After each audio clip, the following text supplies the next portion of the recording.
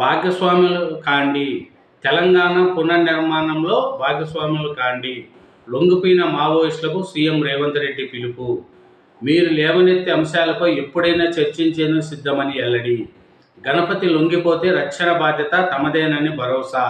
ముఖ్యమంత్రి సమక్షంలో 130 మంది లొంగుబాటు. ఏకంగా 124 ఆయుధాలు అప్పగింత. మావోయిస్టులు అప్పగించిన మిషన్ గన్నును పరిశీలిస్తున్న ముఖ్యమంత్రి రేవంత్ రెడ్డి. చిత్రంలో డీజీపీ శివధర్ రెడ్డి, అదనపు DGP Anil Kumar, SIB chief Mahanti, Sumathi.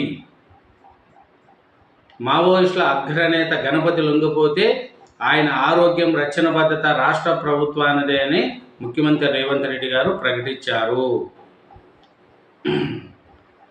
ఈ చిత్రంలో చూసుకుంటే డీజీపీ శివధర్ రెడ్డి గారు ఉన్నారు, అదనపు డీజీపీ అనిల్ కుమార్ గారు ఉన్నారు, ఇంకా సుమతి ఎస్ఐబి చీఫ్ అంట సుమతి గారు కూడా ఉన్నారు.